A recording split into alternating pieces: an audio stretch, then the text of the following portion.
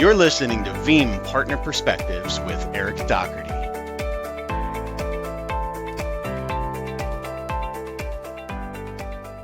Hi, I'm Eric Doherty. I'm here today with Andrew Bermender of IntegraONE. He is their cloud practice manager. And he and I have known each other for several years beyond the relationship with IntegraONE. And it's kind of funny because we were talking one day just on a phone call with a few other people, and he and I got on a roll talking about some topics, and somebody said, "That's interesting stuff. You might want to think about recording that. People might be interested in what you have to say." And well, it comes as a shock to me because I never think anybody wants to hear what I have to say, but we figured we'd give it a try and see what we could do. So, Andrew, thank you so much for joining me today. Eric, a pleasure. Thanks for having me. So we'll jump right into it here. Like I said, we've known each other for a few years. You've been doing cloud services for years now, probably since the start of such a thing as the cloud. Yep. So you've seen it all, you've lived it all at this point, but you've never lived anything like this past year to No. 15 months that we've been going through. No. Nobody has. No. And so, what were you seeing as you were going through this change, not only in just our personal everyday lives, but in the way the companies were doing business? What were the kind of things you were seeing out there? Yeah, it's interesting. So pre-pandemic and to date myself, I had grandparents that grew up during the Spanish flu and the Great Depression. So I heard a lot of stories about pandemics and the polio epidemic and all that stuff. But um, we had this conversation. There was an initiative when you and I were working more broadly with Microsoft on the whole work from anywhere initiatives, right? And we saw sectors of business adopt it, right? Obviously, sales and those, but pre-pandemic, there was still definitely, I would say, this apprehension from a lot of businesses, right? That oh no, we still want people to come into the office. We've made investments there, whatever, right? And obviously, when the pandemic hit, there wasn't that luxury, right? Folks weren't able Yeah. to go into an office. They had to adapt to working from home, whether they liked it or not, frankly. And as we discussed, it really gets down to how do you manage the workload regardless of where you're at. And we know that obviously if you build widgets and you're in a factory, you have to be in a factory to build widgets. There's no way you're doing it out of your house unless you have some elaborate lab in your house or factory, Yeah. right? Somebody has manufacturing gear in their basement. That's a whole different Right, story. right. You might get those like custom fabricator kind of guys doing some of that or 3D printing, whatever. But aside from that, really what we're focused on are people who are what we call information workers, spend a large part of their day sitting in front of a computer or just sitting at a desk, either at a cube or an office or what have you, or someone who is in some sort of role where they use a computer but maybe are more transient, like a salesperson, right? Mm-hmm. And really what we're seeing and what this whole evolution has gotten to now is companies are starting to realize, wow, if people are using their home internet and we're spending maybe a couple $100 in gear, headphones, speakerphones, IP phone, whatever, and they already had a laptop. It's really not a far stretch for saying, okay, as long as you meet X, Y, and Z criteria, why can't you work from your house, right? Mm-hmm. And you think about, everybody used to come cramming into an office space, and you would share what, a single pipe to the internet, or maybe double pipes if you were lucky enough, Yeah. right? And now everybody has this distributed internet connectivity. And it's like, well, that's great. You start moving stuff to the cloud, you don't even have to backhaul to our office anymore. And companies are now looking at that and saying, wow, changing to that operating expense, number one. Number two, corporate real estate's expensive, right? And having office space and we know that the trends before the pandemic were people were constantly milling down the size of cubicle space in office. So we know for a fact that they was trying to squeeze more density. Well, we know through the pandemic that isn't always the safest thing from a health perspective. Um, Yeah, I don't see so that continuing as a practice. Right, and the shields are going to go up, right? The Yep. cubicle walls are going to get higher again versus lower, and this and that and the other thing with that. So more space, better sanitation. So when companies think about like all the things they would have to do to retrofit post pandemic, they're like, you know what? Why are we spending this money? They could offer to give each employee $50 towards their internet every month and come out cheaper on the other end. Yeah. And when you talk about corporate real estate, insurance, janitorial services, vending, and coffee makers, and all those sorts of things, on and on and on. They're starting to realize that wow, this really, for just people coming in to sit in an office really makes not a whole lot of sense. And with the technology now, 4K video conferencing, frankly, presence with Teams, it's easier to find somebody on Teams with Microsoft than And it it is is in to the find them office. in an office because you can go hide in a corner somewhere, right? Absolutely the truth. I used to joke that it was easier to go hide at the water cooler than it was to be online and hide. So I just see that moving forward, and there's certainly verticals and industries that are going to be a little more immune to this, but by and large, companies are starting to see that. And, whether you like the idea or not, I think cities are going to decompress, right? I think you're You already know, New, starting to see that some in some of you're the major seeing it with New York and North Jersey in particular. I was just reading an article about, the top states that are losing population: New Jersey, New York, Pennsylvania, Ohio. Basically, a lot of your cold weather states, oddly enough, but up and down the East Coast where there's a lot of population density. So I think you're going to start to see that sprawl out. And where it seems like you're losing an opportunity, there's another one to be gained. So you know, town centers have been a popular trend in recent years. You yeah. see that like outside the King of Prussia in the Philly area with the mall. Outside the general mall area, there's Yeah. town centers I developed know and the what have you. same concepts are pretty popular then when you get down toward DC as well. DC, yep, Yep. Reston area and all those outlying DC suburbs. And I think you're just going to see more and more of that. And what better way to repurpose corporate parks if they need less office space than make those like little mini cities where there's population, but it's not so dense like a New York, like a Philadelphia or Baltimore or whatever. But everything you Um, need for your life is in that general several block radius. right. It's Which it's a which it's a is small why sampling of a city. and that's Yeah. why the cities were starting to get back because the younger generations like that close knit neighborhood, and you can still achieve both goals. So Yeah. it's interesting that technology may actually shift, oddly enough, which is kind of interesting, this whole idea of the infrastructure, right? What Yeah. is infrastructure? Because we may get back to more suburban sprawl again, whereas it's been retracting for a number of years. So, but if you don't need to commute, you don't have the pollution and some of the other Yeah. gridlock issues There's that so you many had other before. nice things. Yeah, there's so many side benefits to that, and just even from both an employee and an employer benefit is seeing simple things like nobody's late for work because of traffic anymore. Precisely. It's not, major accident on the interstate and half your office is empty until 10 o'clock because of it. Right. Which when you're in the DC area or the New York area is quite likely several days of the week. And those were folks that were already had a 45-minute commute on a Saturday evening is a 2.5 hour commute on a Monday morning. That's right. So I'm sure they'd be more than happy to spend some time with their families or do something that makes them feel good and then start work at 7:30, 8 o'clock in the morning.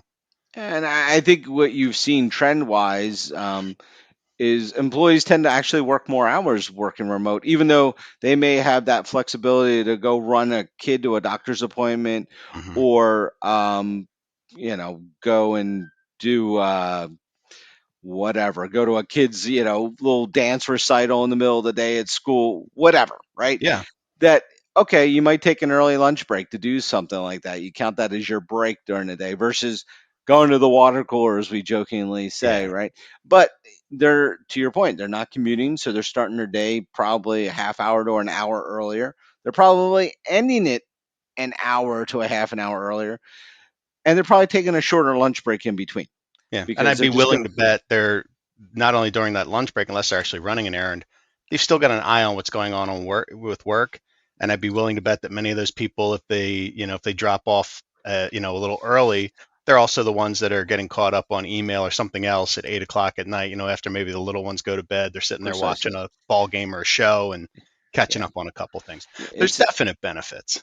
Yeah, there it's not like the day where, where you just went into the office early and you stayed till midnight and you never saw your family. Those days are kind of disappearing, right? Yeah, The whole madman concept, right? Where you lived at the office and you basically had your bourbon in the corner because you knew you weren't having a drink otherwise, right? You weren't exactly. you weren't doing anything other than working. But nowadays it's like, what? We can squeeze life in and around it, but there are downtimes, and it varies from household to household. Yeah, I know I have children, and you do too. And there are times where like dinner time's a good time where you spend some time with your family, and once the kids are going to bed or doing their homework in the evening, you have some time to catch up on things. And I think most people go to bed at a relative hour. Some people are more later than others, but let's just say the 11 o'clock, 11:30 time frame. yeah, I mean, you can still get work done, and you don't feel like you're just being completely oppressed with your job, right? yeah, You have that flexibility. You have a better quality of life because you're not spending all that windshield time. To your point, and the anger and the frustration comes from sitting in traffic and or yes, being stuck on a train that breaks down. I mean, if you're a commuter and things like that. So, yeah. It's the truth. But there's one thing that really, I think, has allowed that to happen. And some people were already on this path, and others have rushed to it over that. And that's the location of that data. mhm, It's not locked away behind corporate firewalls anymore. right, That obviously that trend had started well before this, but boy, was it accelerated for a lot of people. Just right, looking at the adoption of things like Microsoft Teams or mhm, WebEx or Zoom, which aren't as collaborative as maybe like a Teams is kind of more all in one. I know WebEx has their tools as well. I don't want to upset anybody and get nasty grams from folks saying WebEx does that too.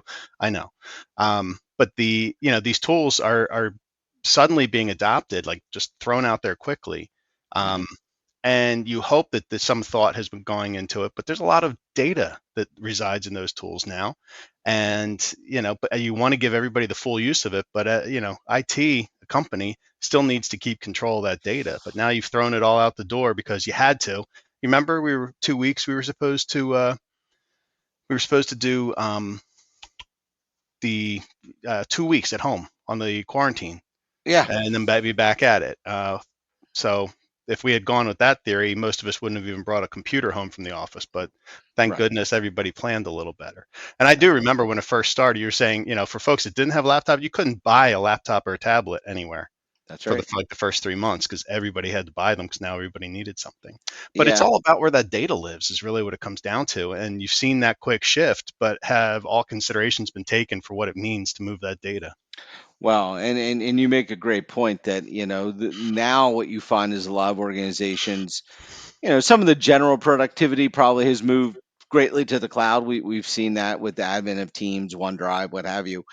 But there's still a lot of line of business systems out there that are frankly still behind the four walls because, as we all know, line of business systems tend to be the last things to be modernized or Homegrown upgraded. apps, I expensive, mean, if I could monolithic. Yeah. if I could have a nickel for every like line of business system that's still based on Access or Fox Pro or Crystal Reports, Yes. I could probably retire in the next week or so. Yes. But it gets into that, but now this has really been an impetus for those organizations to say, wow, we can really capitalize on hosting this and make reoccurring revenue. Because what was the other thing line of business systems were famous for? Nobody upgraded them, right? Hmm. So you'd buy it once, you spend a bazillion dollars for some really customized tool, and then you might pay a support contract just to have some peace of mind, I guess. But aside from that, you're running on outmoded equipment or outmoded versions of software or Yeah. servers and Still reliant on Windows XP or Server 2003 or 2008, and precisely the or an world older needs to version move of forward. SQL. Yeah. Yeah. Yeah. And the world can't move on without it. Right. So and that gets into an interesting proposition of not only where do these vendors go, you have your choices, you have Google and AWS and Microsoft Azure and things like that. And and perhaps they even decide to do their own private hosting, call it a private cloud, and do it that way and just have better management of it. But that's still where I would still say the jury's a little bit out. But I think everyone at least sees the need now and sees where the next monetization will happen in that regard. Because if everything else is in the cloud, it makes not a whole lot of sense for a lot of these line of business systems to follow suit. There are, again, getting into manufacturing some of those things where you something with real time sensors and IoT, there may be a little bit more on premise that will always exist because of that for real time access. But Yeah, unless you're a us, truly born in the cloud type yeah, of company, which means that you're brand new, you don't have any legacy, anything. right, There's always something, and it's because of that. And you've probably seen this too, that it's kind of it's been a phased approach for people to move things. They basically are doing the lift and shift of their virtual machine. First off, they probably moved from if they're still in physical machines, they've tried virtualizing, so at least they're not reliant on that ancient hardware you were talking about. correct, Then they're trying to take those virtual machines and just take them as is and put them in the cloud. And I think that a lot of people get scared right away because what they see is that's expensive yeah, to yeah, run probably over provisioned hardware in the cloud where the meter is running 24/7 gets expensive in a hurry. right, But it's expensive to redevelop an app too. uh, So, but that's what's got exactly. to be done. You have to modernize your application. Y- But if you don't, eventually things are going to pass you by. That old monolithic app is going to die at some point, and you need to be ready for it. That's right. Absolutely. And I couldn't agree with you more because, to your point, this whole concept when people moved from physical to virtualized hardware a number of years ago, the whole concept was, wow, we could really get that density, right? We could even oversubscribe because we know that nobody's thrashing a CPU at 100% all the time, right? Right. It might come to a little bit of a halt at Yeah. the end of the month when you're running some reports and things like that. But other than that, things ran pretty smoothly. We'll admit that. But when you change that to the cloud, you're absolutely right in the sense that you're paying for what you're using or not using. It's not like you made the capital investment and that's a depreciation, things of that nature. But within the cloud, being an operating cost, you're just paying it. Yeah. And Whether eh, where that process is at 0 or 99%, you're paying for the whole. precisely, Yeah. precisely, and that's where you absolutely hit the nail on the head with the whole application aspect of it. It's getting away from assuming this monolithic, this very fixed or static or occasionally upgraded type of hardware print, be it number of CPUs, the amount of RAM, amount of disk, and really move into that flexible, scalable up and down. So when you're not using it, you can recoup some of that operating expense back and then ramp it right back up as soon as that process kicks back up. So Yeah. but that it's an undertaking of the application, no doubt. But it's there. It's here now to do it. It's just having that savviness to start looking at going more to a platform as a service as opposed to just an infrastructure as a service and laying that app in the cloud. So what are you seeing today? Like I look and I kind of think, all right, getting email out the door Yeah, and into a cloud service, your choice. Obviously there's multiple out there, some more popular than others, but yeah. email seems to be the most common choice. Do you feel like darn near everybody's there at this point, or do you still see people that you're like, why are you not there? You would be surprised the amount. If I had I really wished if I got $100 for every Exchange 2010 environment I've recently come across that's still out there, given what we know has happened recently in the news. Um, Again, if I could just get a flash $100 for everyone that's still on it, I could retire probably next week. It really is. It is amazing to me when you think how critical email systems are to just about every walk of business out there. The fact that people are running email platforms that are more than a decade old and feel like that's sufficient, it just boggles the mind. And call it for what it is. Most people have had some sort of a cloud email account forever for their personal, right? Be it a Gmail, Hotmail, Yeah. Yahoo. I don't. That I is don't a know many people cloud. that run their own server at home. I mean, yes, we're in a little different industry, but probably we do know people that run their own email servers. Most don't or No, haven't for years. no, and I would say it's been a solid decade since I've known people that run their own email servers for their personal email. They've hosted it, or they use pure public cloud at this point. And so to that point, it's like, if it's good for your person and your family and your friends, why isn't it good for the business when you're it'd be one thing if you're on Exchange 2019 and you making the argument, fine. But clearly, as an organization, they cannot keep things up to date. So why do you want to stay on something that you can't maintain when we know it changes not even daily but hourly, as far as security is concerned? Yeah, the risks that just keep multiplying for S- older systems, especially. Heck, I mean, there's Yeah, newer systems are at risk. Older systems are just, yeah. terrifying to think. And it's funny, you say Exchange 2010. I'm like, oh, that's not that old. And then I think about what year it is, and you say a decade. I'm like, holy smokes, time flies because it doesn't feel like that's that old, but it really is. It's It multiple versions behind. Is it still even in support? No, it I is didn't not. think so. It's 12 years old because technically it came out in 2009 and we're in Yeah, 2012. So came in the tail end, so it's not quite 12 years, but that's crazy. yeah, it's been a long time. And just the supportability of it. I mean, again, chances are too, it's not even on an operating system that is well supported either, because you're not laying Exchange 2010 on a 2016 or 2019 No, Windows shame on server. you if you're building a fresh server and then putting old software on top of it. Or Um, precisely. Yeah. So So I mean, that's kind of what I've seen. It's like you want to pull those stragglers, but for those that have moved, what do you see them doing as their next steps? It's like, okay, I've got email here. What are yeah. you seeing them do out there? So I would say it's an even split across the board, and what do I mean by that? Email is still out there and it's still happening. So don't think that it's not. Although there's, I would say, a fair amount of people that have moved or in the process of. The next big one really is files, and when I say files, it could be a mixture of OneDrive for Business. It could be they just want to get rid of their old user file share and move that to OneDrive because people are all over the place and just using their own drive Yeah. space. But really, that drag along now is getting more into things like Teams, right? Yep. Where getting away from these department level file shares, putting things into Teams, making it more collaborative, not making it. The good thing about OneDrive for Business is you can share things out when you need to. The bad thing about OneDrive for Business is you can share things out, Yeah. right?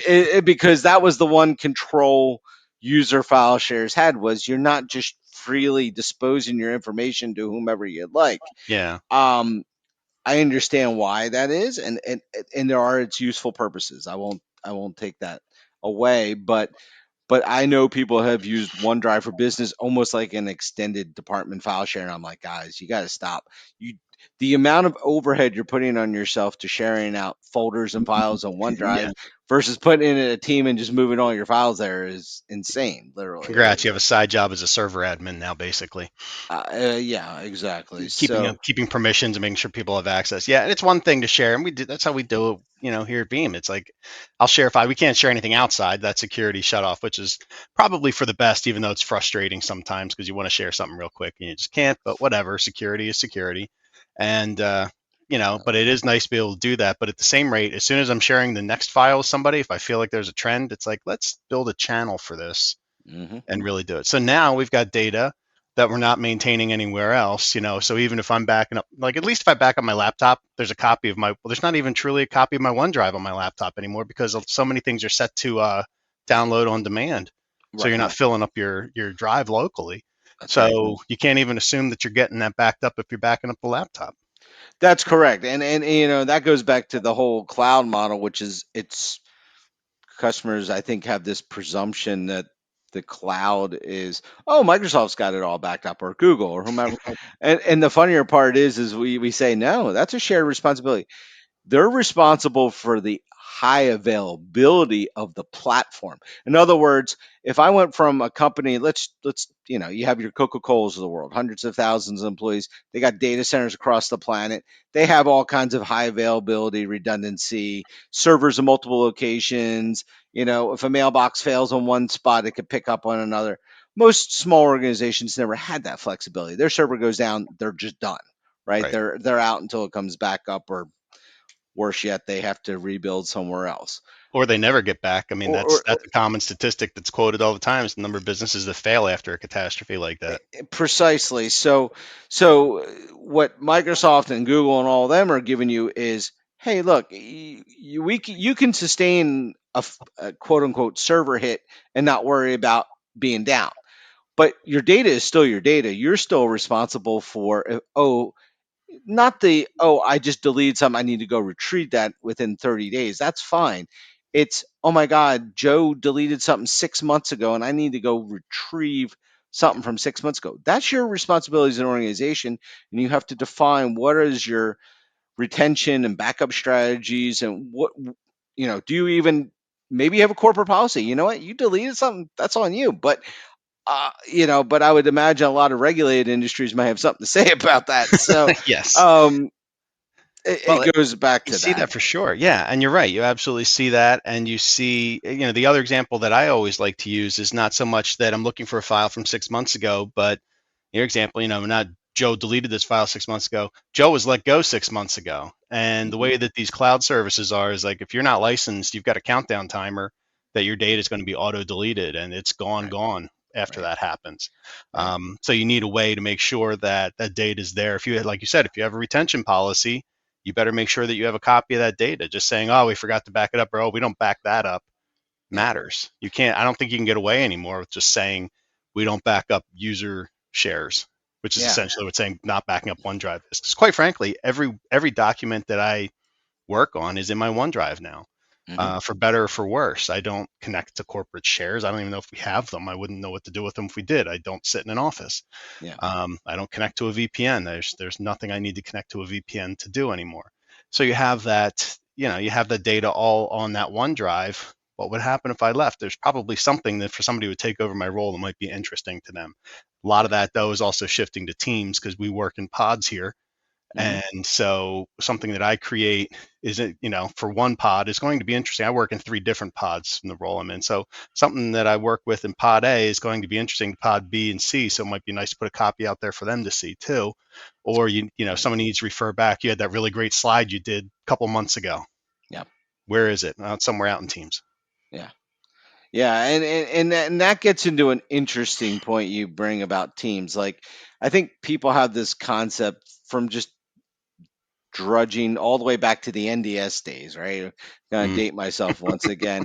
I'm with But you. this whole concept of an H drive or an I drive or whatever, right? So Yeah. everybody goes, go to the I drive. And I'm like, well, that's great, but all I drive is a mapping to a bunch of folders at the root level, and then careen through the whole Yeah. hierarchy beyond that, right? It's just a Where hodgepodge. Yeah. Right. And what I explain to people is, this is an opportunity to restructure how you use data when you talk about things like Slack and Teams, and these collaborative tools, in the sense that you don't have this one quote unquote iDrive. You now have, if you want to make it most simplistic, you could say all those folders at the root level of the iDrive are now your teams.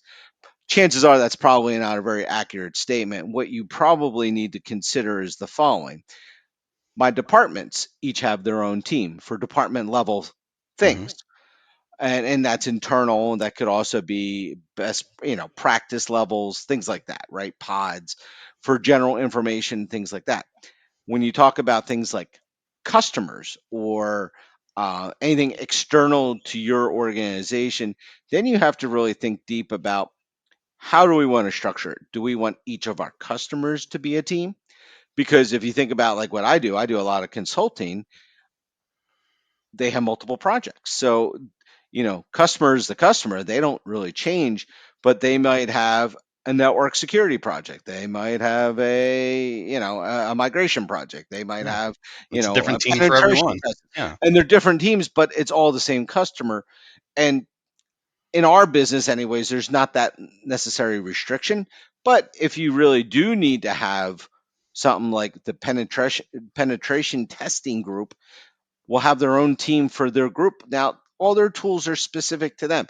I don't need to see that. I don't need access to But that. the results docs may be interesting to Right. other parts, that other people that work within that team. But that's based on the customer, not based on just the Right. penetration Exactly. tasting Exactly. group. Right. Yeah. And that's how when I talk to my customers, and the other thing that all this really forces, and I hate to say it, a lot of companies don't have a lot of great process, right? When it Yes. goes down from, and I think the cloud kind of forces that, right? Because to your point, you have that running countdown when you disable an account till you lose everything.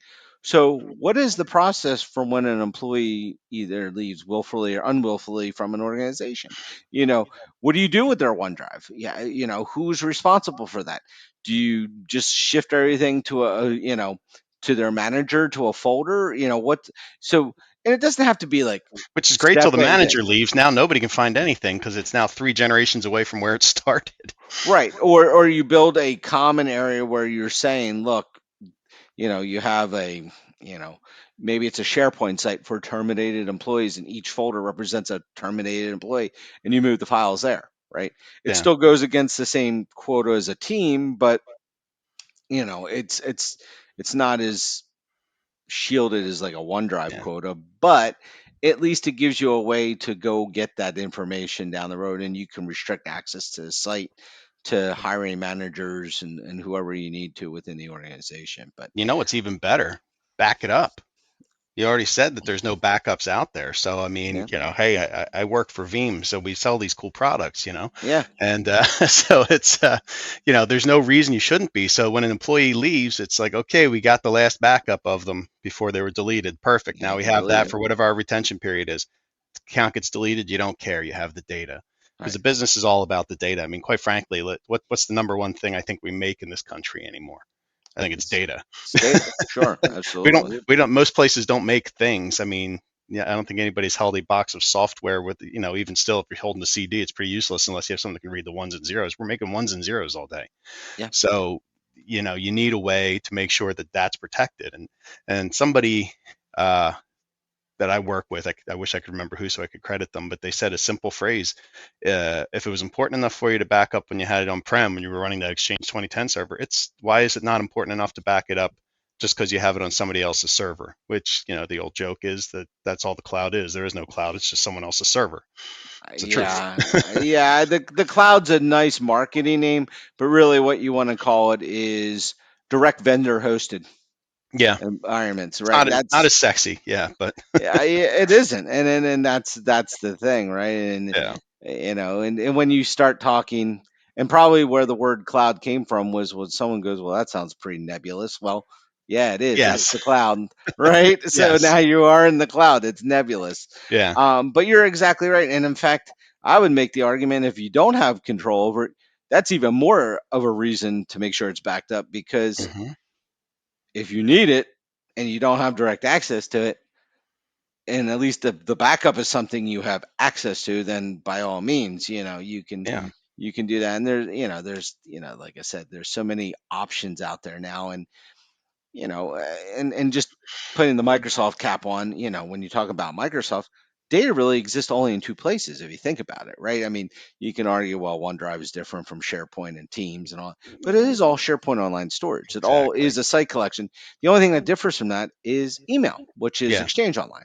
So yep, you have email and you have data in SharePoint Online in its three various means, be it OneDrive, SharePoint, or Teams. yep, So, okay, that's just the where it's stored. Where it gets a little more interesting when we talk about teams is things like chat history and some of those things for yes. compliance reasons, because that's stored part of the mailbox. There's some back and forth there, but aside from that complication, it's pretty straightforward. Yeah. So we've been looking at, how things have changed over the last 15 months. So we're getting to a point now, thank goodness, where things are starting to open up a little bit, Yeah. and, people are going to start to have a choice, get out on either on the road or collaborate in that office. And like we were saying before, it's probably going to be smaller. I mean, what do you think that's going to look like? I mean, personally, I feel like it's going to be, like you said, the smaller footprint. And I think in many cases, it's going to be maybe you have the teams get together in person once a month, maybe. But I will say, Yeah, as much as I got used to being at home, stuck in the basement here, yeah. and getting my work done, still collaborating with everybody. I went to lunch the other day with a few people who live locally, and I didn't realize how badly I needed to do that until I was doing it. I So that see. you still need that human interaction at some Absolutely. point. So how do I you think people are going to do it? Wow, I think I don't want to be coy at all in this response, but it really is individually dependent, right? And what do I mean by that? It's going to predicate on a couple of factors. Number one, what their home situation is, right? They have kids that are still at home, where it's disruptive to them to get their work done. Do they have the proper office space in their home to really adequately work from home? I think there's been a lot of makeshifting over the last 15 or so months, but you know, I will say this: there are people that are just going to want to go in the office. They like that. I like to go to work, right? Yes. It's like I when we were kids, we like to go to school, right? Yeah. Um, But yeah. uh, and then there are some of us, and I'm Yeah. more in this bucket where I don't need to go into an office. I'm comfortable enough being on a video or an audio chat like this. I feel like I have enough interaction with human beings. I still have interaction with my family and closest friends. Yes, I will still have meetings. I still go see customers, absolutely, but it's on an as needed basis because, frankly, I feel like when I have to make a visit somewhere, I'm causing more delay on their end to getting other work done because they're waiting for me to come, Hmm. let me in. We're having our meetings. They're where it's good where they're focused on me. It's bad too because they can't get anything else done, right? Yeah. Whereas I think a lot of us have learned how to time splice a little bit better in the last 15 months. Yeah. But I will say my guess is, and I'm throwing out a percentage prediction here, somewhere between the 30 and 50% will go back to the way it was. The rest of us will have changed probably at least 50 or 60-40, 50-50, 60-40. Um, and then the rest will be like, if I see you a couple times a month, that's enough for me. Um, and I just, again, it all predicates back on that fact of what's their home situation, what kind of home internet. Yeah. I live more or less a lot of times, I have kids, but they're older. I'm pretty much by myself, except for today I got construction guys. But, aside from that, I'm pretty much the only person here to disrupt me is myself. Right. So for me, being in an office is only really to have that human interaction or what I need or require an in Yeah. person. But a lot of it with all the whiteboarding and I use like Surface devices where I can Hmm. sketch things on screen. I really don't feel like I miss as much of that as I used to, where I would be like, wow, I really like going out in person. Yeah, I still like it, but it's not, to your point, the commute part was way worse for me. So, Yeah. so for me, I feel like I'm more valuable when I'm talking in front of people, and whether it's in person or remote, it really doesn't matter to me. I mean, Yeah. maybe others have more of a personal opinion on that, but I personally feel like I get more done. And I've been working remotely for quite a number of years, other than when I've gone into customer sites, go to the Microsoft MTCs around the world, and present there, where it's like a huddle of group of customers. Yeah. Outside of that, and the occasional meeting, been pretty much work from home since early to mid 2000s, to be Yeah. honest. I'm kind of in the same boat, and it's and I see the same thing. It's interesting as you're talking about it. I had most of the time when was on the road in the before times, it would be, to go sit and present or teach, a dozen, 15 or more people in a large conference room. A, I Hmm. don't know if anybody's ever going to congregate in a room like that again. And Hmm. B, I don't know how many people are going to be interested. Are those Monday morning sales meetings going to happen where everybody comes in the office once a week? Or are they going to keep them virtual because now they're used to it and realize they can get more done in a day because they don't have to drive to the office and then go out to their meetings? Um, Exactly. which is going to be interesting for me because then something that I used to do as an opportunity to get a face to face is now going to be virtual. and then my travel time will be for probably like events. I was joking with somebody that in order to see all the folks I need to see, because nobody's in the office, I'm going to have 3 breakfasts, 4 cups of coffee, 2 lunches, a couple happy hours, and 2 dinners a Hmm. day to see everybody, because you're not going to get the group together. So we're trying to figure out what that's going to look like too, to get out and see, because we do want to see our partners. We want to get out there and talk to you folks. Sure. Yeah, and I would say there's going to be a little ebb and flow, right? There'll probably be times where you're more doing it, and there'll be times where you're less doing it, depending on where the work is shifting and the focus with in your capacity in pre-sales and in working with partners and all that, and me in working with customers more or less directly as well as partners.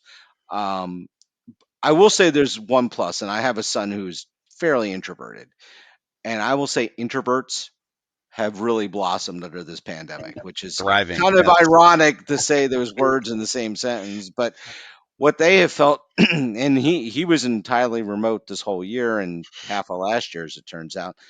He completely, I mean, 4 AP classes, honors everything else, took his SATs. He was a junior in high school. I mean, he made distinguished honor roll. Knocked out like a 1300 in his SATs.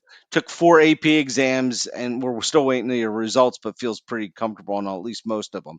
So I, I don't know if he could have done that if he had to get on a school bus every day, Yeah. come home, been and all this other stuff, and he was still involved. I mean, he's a Boy Scout. He's going for his Eagle Scout. I mean, he's clearly an active So child, but I don't he know may if be he would. introverted, but he's not isolated by any stretch from the sounds of that. Correct. And Yeah. he's a gamer, so he's on Discord with his buddies. So So yeah, he he's got his has friends. Yeah. he has that interaction, but it's just he feels more comfortable in his own skin, not necessarily being in a crowd saying. So Yeah. like for him going to a restaurant is way more anxiety ridden for him than it is for say me, because Yeah. I don't care. I'm not afraid of people. I've been Yeah. doing this a long time and I'm more extroverted. But and it's interesting because I feel like for a long time introverts frankly have not had a good voice at the table. They've always been the people behind the scenes, Hmm. good workers, but they're not the ones you see. And now they kind of have a voice, Yeah. which is interesting. So like I said, that I hope 30 to that continues. 50%. Yeah. And I Yeah. hope that continues. And those are the folks, and that's my thing too. If I'm sitting at a desk here, it's because I need to focus and study on something. I can happily be on a call, but I need, when it's time to sit at a desk and actually get some work done, Yeah. having somebody come up and tapping me on the shoulder every 15 minutes is not conducive to getting done what I need done. You end up leaving for the day going, well, now I got to do everything I planned on doing tonight. Right, right. And I'll be honest, I mean, the one reason I couldn't stand going back to an office is just overall office disruption. I mean, you're sitting in your cube trying to concentrate and just people around you are having either idle conversations or there's antics going on and you get either annoyed or you feel like you can't concentrate. Yeah. And what do you have the time to do at that point? You'd probably get up, pack your stuff up and say, I'm going to go work the rest of the day from home anyway. So it's Yeah. like, at that point you just wasted basically whatever hours of windshield time to basically just Yep. turn around and do what you probably would have done anyway. So Yeah. So the answer is we don't really know what we're going to see yet, but I think it's going to no. be a blend, like you said. I don't think it's ever going to be like it used to be, and I don't think it's, the pendulum has shifted significantly. It's going to come back toward the middle. Yeah. Um, I'm excited to see what it is, because I'm excited to get out there and see what's going on. We're starting to get out there and get some partner events going, but it's all touch and go right now. Vegas is going to be a party no matter what. So I mean, I was in Nashville a couple months ago, and yeah, it was COVID was over as far as they were concerned. I will say quite a few masks I saw, but people weren't afraid to hang out in a bar. That was for sure. I will say I'm down in Florida right now. I have a home. I'm in transition, and I always say Florida COVID. What because like down here, I don't think COVID was ever something that they really focused. To your point, people Yeah, wore masks that work in places, but it was hit and miss for everybody else, but but yeah, there's a difference. Even though Florida is a fairly populous state, we'll admit there is one huge difference here, and I will say this is probably where we'll figure out things going forward with this whole pandemic. A lot more open air. And I yes, think open air, even though you would think, oh, well, that carries the virus, I think in some ways it's it's like it deadens it too, because when it hits air, there's other molecules in the air, and it kind of But you're right, pressures it. those open air areas, had it much better than folks like, and I'm up in the Philadelphia area and, Yeah, recirculated air systems when it's cold out and when it's hot out. yeah, Like you had said to me once before that even when you go to a restaurant or bar, the windows and doors are open and the AC's on. So you're right. getting fresh air and you're getting the AC. So you're getting the best of both worlds and you're getting better air recirculated through, not worried about filtration. Let nature be the filter. And I feel like ultimately maybe that's a future opportunity, as HVAC systems get totally renovated and overhauled, and more filtration and ionization and UV light filterings and things like that, that just make it. I mean, we all know that cruise ships are notoriously have awful ventilation systems, Yes. and like I They couldn't were even scary imagine. before all this. Yeah. Right, Legionnaire's disease was the first crack at it, and it's been bad ever since. And I would say, like, anyone that wants to go on a cruise, just be spend as much time on the deck as you can, because Yeah. I would be very leery of that for the next couple years, I would say. Yeah. But I don't want to say too much. We have some good partners that do that, but that are customers that are in the yeah, cruise it's industry. But and I hard feel it's a for hard them. thing to Yeah. say. But Absolutely, it's the look, truth. I mean, it's something where that's going to come back slowly. I know people want to do stuff. I mean, even now, I think just even around me, people are looking to do things outdoors. The yeah, problem is it's suddenly going, and you're in Florida, so it's already hot, but it's getting hot here. So yep. then things are going to shift back to indoors. Um, Hopefully, we keep seeing the numbers drop and everything can get back to more normal. Go enjoy meeting with your friends at the restaurant or bar for the evening. It's kind of funny. 100 years ago, people didn't have air conditioning like they do today. Very true. And it's still hot in Florida back then. It was still hot in Philadelphia in July then. Yes, it was. So, Maybe turn it off and open the windows for a little bit. and back then, I think people wore suits to like baseball games. They don't even Yeah, do that anymore. So, the players wore wool, so and nobody dropped dead of heat exhaustion, to my recollection. not But not in numbers enough to be put in history books, I guess. So no, no. no. So Well, Andrew, I'm so glad you could join me today. This has that's been great. terrific. I mean, I've really enjoyed just catching up with you on what you're seeing out there, and said my idea was to just help maybe get some people some ideas of what they should be looking for as what's going on, get some conversations going around what's happening as people start to what have they seen as changes and what's going on. So I appreciate you taking the time to spend the time with me. Absolutely, it's been great, and we'll catch up soon. And let's do it in person. I'm all for it, man. Next All time you're in right. the area, you let me know. This has been Veeam Partner Perspectives with Eric Doherty. Thank you for listening.